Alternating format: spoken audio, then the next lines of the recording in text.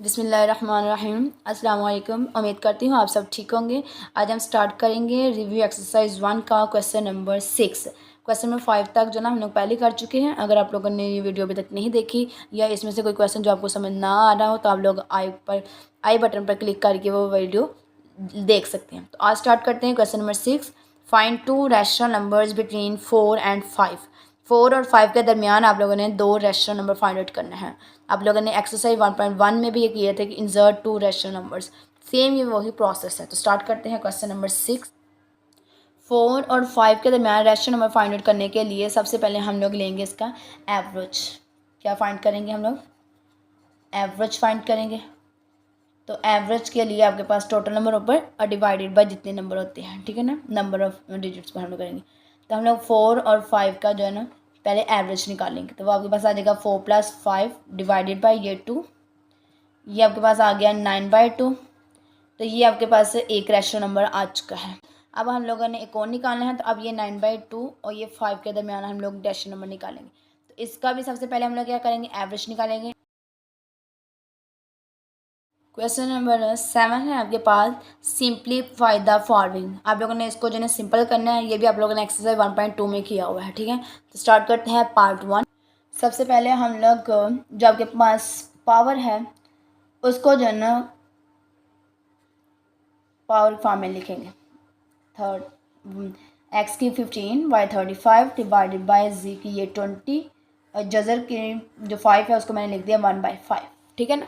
ये आपके पास जजर की इक्वल है। जजर की 5 जो है 1/5 के इक्वल है। अब ये जो 1/5 है वो इसका भी है, एक्स का भी है, वाई का भी है और जी का भी है। तो मैं इन सब को इसके साथ मल्टीप्लाई कर दूँगी। एक्स की 15 और ये मल्टीप्लाई 1/5, वाई की ये 35 मल्टीप्लाई ये 1/5 डिवाइडेड बाय जी की है आपके पास ये 20 मल्टीप्लाई ये 1/5, ठीक है। अब आप लोगों ने इसे सॉल्व करना है। तो ये 5 1 इज़ 5 और 5 3 इज़ 15। ये आ गया आपके पास एक्स की 3।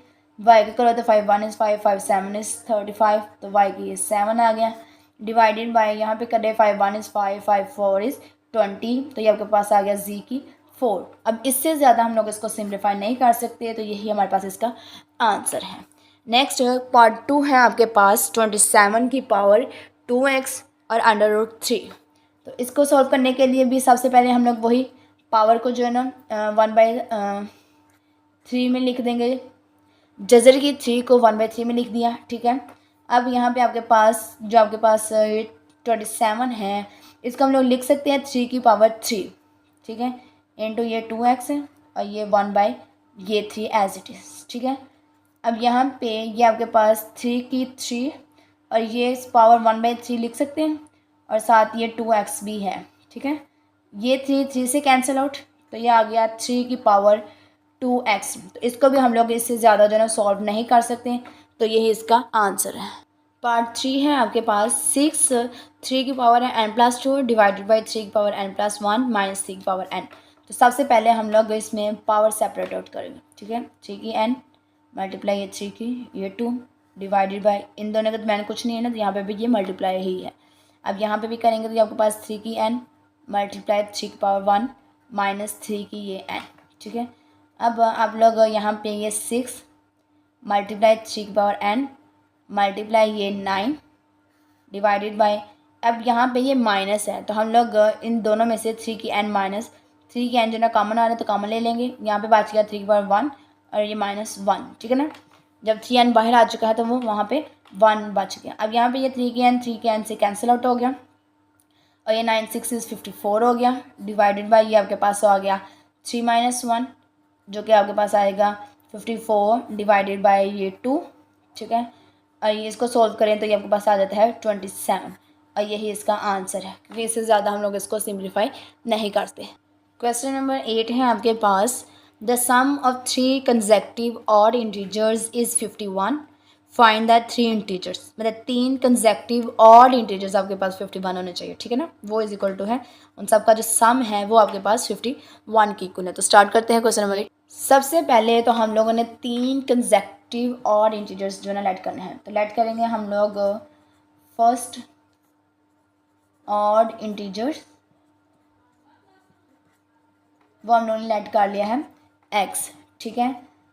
सेकंड ऑड इंटीजर्स वो हमने लेट किया x+2। अब यहाँ पे ये क्वेश्चन हो सकता है कि ऑड 3 कंसेक्टिव बोला है, तो हम लोग यहाँ पे x के बाद x+1 क्यों नहीं लिया, वो भी कंसेक्टिव ही है, जबकि उन्होंने कहा है एक ऑड नंबर लेना है। अब यहाँ पे x की वैल्यू अगर हम लोगों ने 1 लिया है तो 1 एक ऑड नंबर है, तो नेक्स्ट भी ऑड नंबर ही आना चाहिए। अब x की 1 है तो यहाँ पे जब हम लोग 1 पुट करेंगे तो ये 1+2 क्या आएगा 3, तो 3 क्या है आपके पास एक ऑड नंबर है, इसलिए हम लोगों ने यहाँ पे 1+1 नहीं किया क्योंकि वो 2 आएगा और 2 एक इवन नंबर है, तो यहाँ पे आ गया आपके पास x+2। नेक्स्ट आपके पास थर्ड ऑड इंटीजर्स, तो वो आपके पास आ जाएगा x+4, क्योंकि अगर 3 लें तो 3 में 1+3 तो ये क्या आएगा 4, वो आपके पास एक ऑड नंबर नहीं है, तो 1+4 वो क्या आ गया 5, तो 5 आपके पास एक ऑड नंबर है, इसलिए हम लोगों ने यहाँ पे x+4 लिया। अब अकॉर्डिंग टू क्वेश्चन या गिवन स्टेटमेंट भी लिख सकते हैं। अकॉर्डिंग टू गिवन स्टेटमेंट इन सब का जो सम है x+2 plus x+4 is equal to 51, ठीक है। इन सब का सम क्या है वो 51 के इक्वल है, तो यहाँ पे आप सॉल्व कर लेते हैं। 1 2 ये 3, तो ये आपके पास आ गया 3x प्लस 4 और +2 ये आ गया 6 इज इक्वल टू 51। यहाँ पे आपके पास 3x 51, यहाँ पे ये प्लस है तो जाके ये माइनस हो गया, ये आपके पास आ गया 45, ये 3x। अब x यहाँ पे ही देगा, 3 इसके साथ मल्टीप्लाई हो रहा है, यहाँ आके डिवाइड हो जाएगा, तो ये आपके पास आंसर आ जाएगा 15, ठीक है ना। और 15 एक आपके पास ऑड नंबर है, ठीक है। अब आप लोगों ने 3 निकालने थे इंटीजर्स, तो ये आपके पास फर्स्ट इंटीजर आ चुके हैं जो कि आपके पास x लेट किया था। नेक्स्ट आपके पास है x+2, तो यहाँ पे ये x+2, तो x क्या है 15 प्लस ये 2, तो ये क्या आया 17, एक ये भी आ गया ऑड नंबर, ठीक है। नेक्स्ट क्या है x+4, तो ये x+4, तो यहाँ पे ये आपके पास 15x प्लस ये 4, तो ये आपके पास आ जाता है 19, ठीक है। तो 15 17 और 19 ये तीनों आपके पास जो ना ऑड इंटीजर्स नंबर है और वो भी कंसेक्टिव ऑड इंटीजर्स है। क्वेश्चन नंबर 9 है Abdullah picked up 96 balls and place them into 2 buckets. मतलब अब्दुल्ला ने 96 बॉल्स पिक की है और उसको उसने 2 बकेट्स में जो ना वो रख दी हैं। 1 buckets has 28 more balls than the other buckets. मतलब अगर एक बकेट्स में x बॉल्स हैं तो वो दूसरी जो बकेट्स है उसमें 28 ज़्यादा जो है ना बॉल्स उसमें मौजूद हैं। तो उन्होंने पूछा how many balls were in each buckets, her bucket में कितनी बॉल्स होंगी। मतलब अगर एक में एक बकेट हम लोगों ने कहा x है, दूसरे ने कहा कि 28 ज़्यादा है, मतलब x+8 आ गया 28 आ गया, और टोटल हमारे पास 96 है। तो हम लोगों ने अब ये फाइंड आउट करना है कि कितनी बॉल जो है ना अलग अलग बकेट्स में, मतलब 2 बकेट्स हैं तो अलग अलग बकेट्स में कितनी बॉल्स है। सबसे पहले हम लोग गिवन डाटा लिखेंगे। टोटल बॉल्स है हमारे पास 96, देन कि जो आपके पास जो 28 मोर बॉल्स है देन दी अदर बकेट्स। मतलब सबसे पहले हम लोग लेट कर लेंगे the number of balls put 1 bucket, एक बकेट में कितनी बॉल्स है हम लोगों ने लेट कर लिया है वो x है, ठीक है। नेक्स्ट उन्होंने कहा हुआ है कि वो आपके पास 28 मोर बॉल्स है देन द अदर बकेट, तो वो आपके पास आ जाएगा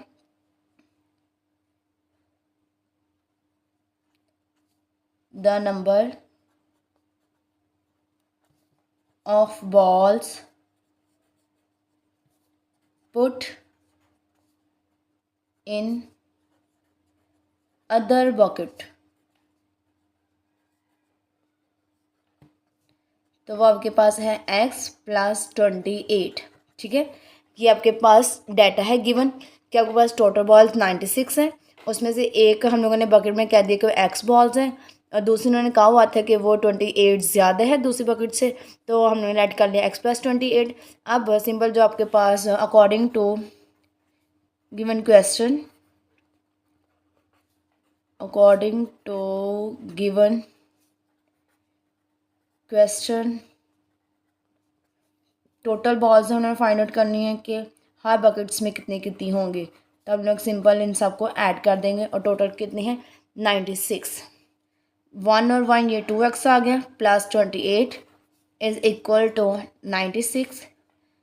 2x is equal to 96 minus 28। 28 उस साइड पर प्लस हो रहा है और इस साइड पर आके आपके पास माइनस हो जाएगा।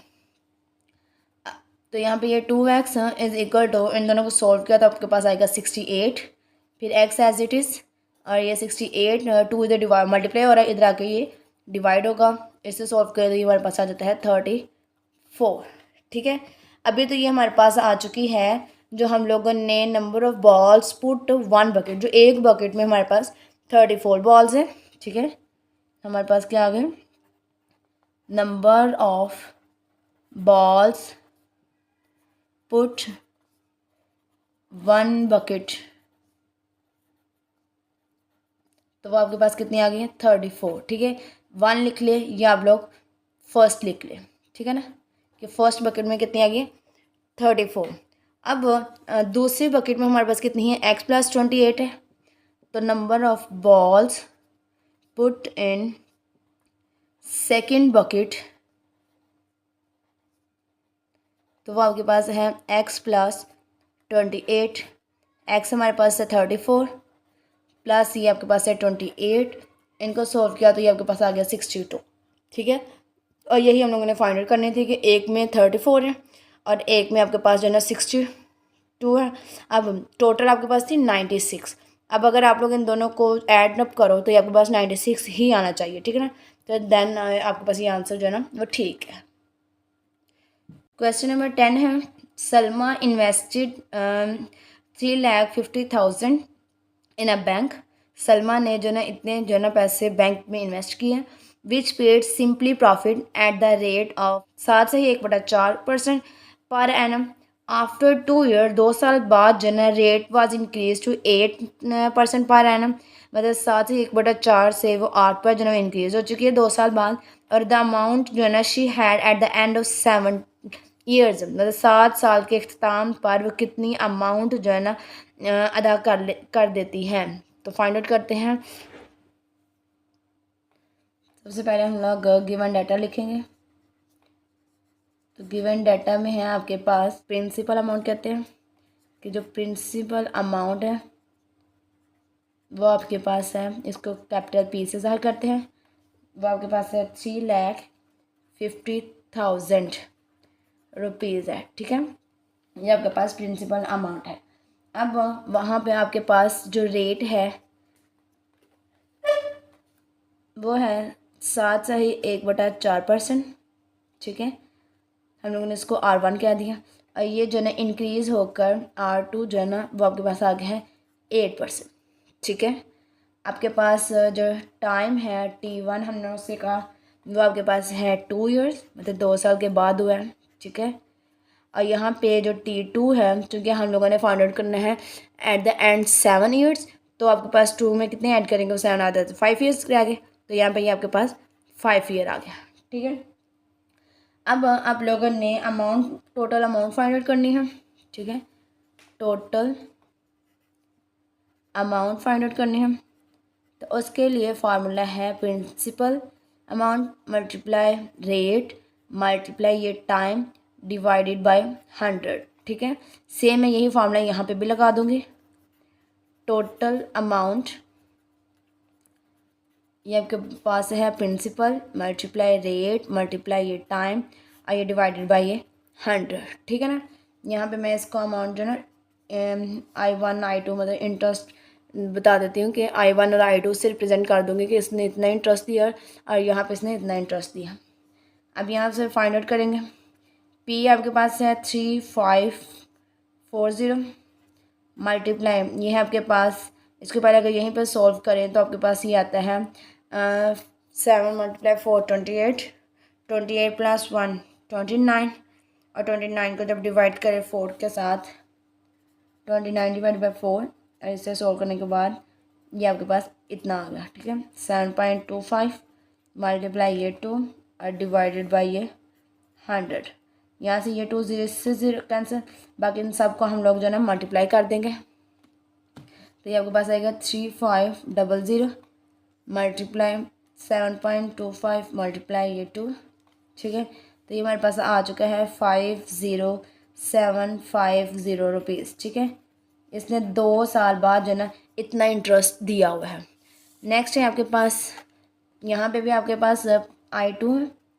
प्रिंसिपल अमाउंट तो हमारे पास इतनी ही है, 350123 मल्टीप्लाई 8 मल्टीप्लाई ये 5 और डिवाइडेड बाई यहाँ पे 100। 20 ये 20 से कैंसिल आउट। अब इसको मल्टीप्लाई करते हैं हम, 3500 मल्टीप्लाई 8 मल्टीप्लाई 5, तो ये आपके पास आ गया 1,40,000 रुपीज़, ठीक है। अब चूँकि उन्होंने टोटल अमाउंट फाइंड आउट करने के लिए बोला हुआ है, तो टोटल अमाउंट हमारे पास आ जाएगी इज़ इक्वल कि आपके पास ये जो गिवन है 3,50,000 प्लस हमारे पास जो फर्स्ट इंटरेस्ट है 2 साल बाद, प्लस 140 और ये 000, इन सब को हम लोग प्लस कर देंगे। तो ये आपके पास आएगा 54750 रुपीज़। आज हमने किया क्वेश्चन नंबर 6, 7, 8, 9 और 10। कल हम स्टार्ट करेंगे चैप्टर नंबर 2। तब तक दुआ में याद रखिएगा। अल्लाह हाफिज़।